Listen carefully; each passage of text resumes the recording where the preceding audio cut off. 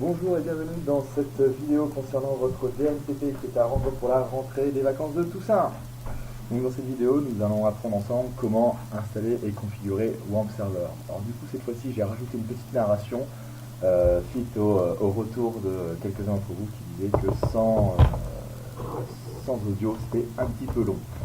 Donc voilà, on va commencer par aller télécharger WAMP Server. Donc, suite à une petite recherche sur Google, on va se retrouver avec le lien officiel.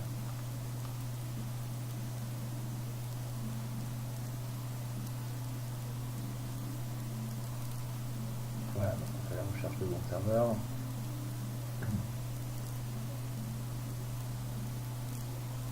On se retrouve sur le site officiel avec un onglet télécharger.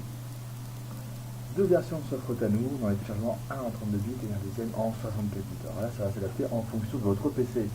Donc, allez sur démarrer, ordinateur, cliquez dans l'île au niveau de cette fenêtre, vous allez avoir une option propriété. Voilà, et donc au niveau du type de système, vous allez retrouver votre système d'exploitation. Est-ce que c'est du 32 bits ou du 64 bits? Voilà, donc là, dans mon cas, on est sur du 64 bits. Donc du coup, je vais télécharger forcément la version 64 bits. Alors là, c'est un formulaire qui n'est pas forcément obligatoire à renseigner. On va pouvoir avoir un petit lien sur la partie haute pour passer directement au téléchargement. Donc, après quelques secondes d'attente, on va se retrouver avec le téléchargement qui va commencer.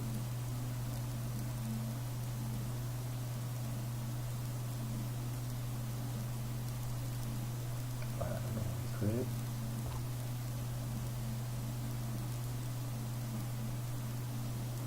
Ah, mais du coup, je vais télécharger également un deuxième élément, qui est du coup les redistribuables de Visual C++ pour Visual Studio 2012. Voilà, c'est pas besoin de savoir ce que c'est exactement, c'est juste que c'est une liste de composants qui font en sorte que WAMP Server puisse tourner correctement, on ne pas avoir de bug. Voilà, donc dans tous les cas, pour pas se poser de questions, il le faut obligatoirement. Donc peut-être que votre PC l'a peut-être déjà installé nativement, mais là par exemple dans ce cas-là, je montre dans le cas où certaines personnes ne l'auraient pas. Donc, du coup, faites-le dans tous les cas, et vous verrez bien.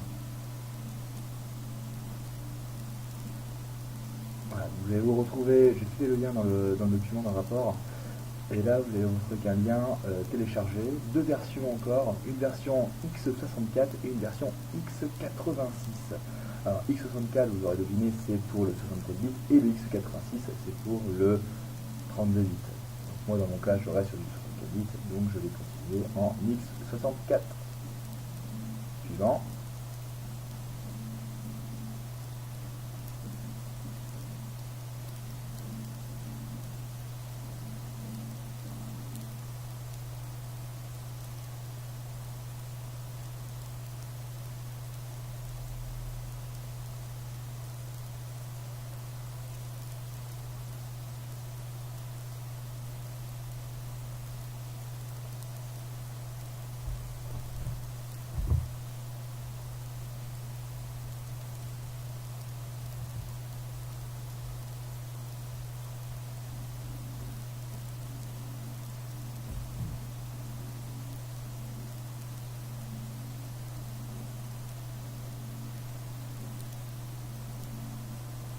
Voilà, donc après quelques secondes d'attente, on va se retrouver avec le téléchargement qui va commencer.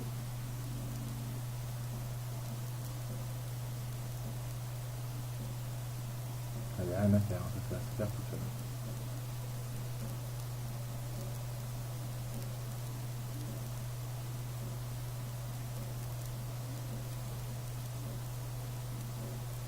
Voilà, il n'y a plus qu'à faire enregistrer. Et il va falloir du coup commencer par cette installation-là en premier. Hein. Si vous ne voulez pas avoir de soucis, il faut vraiment commencer par l'installation et rediffuser les deux.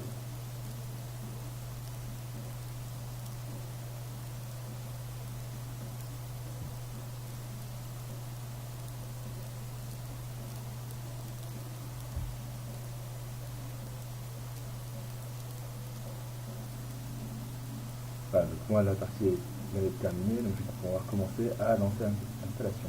J'accepte le compte à licence, puis quelques secondes plus tard, on va se retrouver avec l'application bien installée.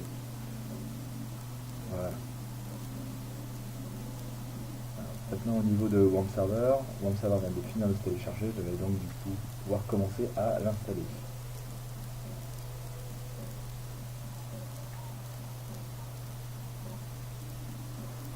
Voilà, donc c'est très très simple à installer, hein. C'est à base de suivant, suivant, suivant, accepter la licence, suivant, le répertoire d'installation, est-ce que vous voulez bien créer un répertoire, bien sûr que oui, sinon ça ne marchera pas, donc suivant, et installer. Voilà. On se retrouve à la fin de l'installation.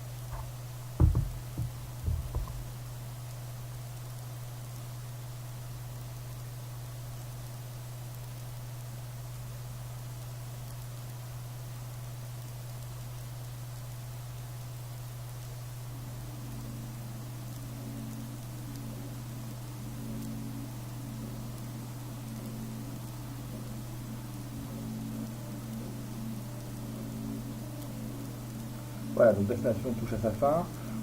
Il va nous poser encore quelques petites questions pour installer et configurer quelques éléments d'information. Donc là, par exemple, bon, vous ne posez pas de questions, vous pouvez ouvrir directement, il aura trouvé le chemin tout seul.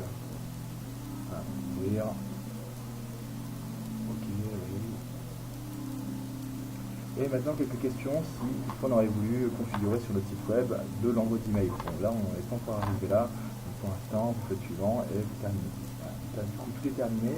Alors, il n'y a, sur savoir, il n'y a pas d'interface graphique réelle.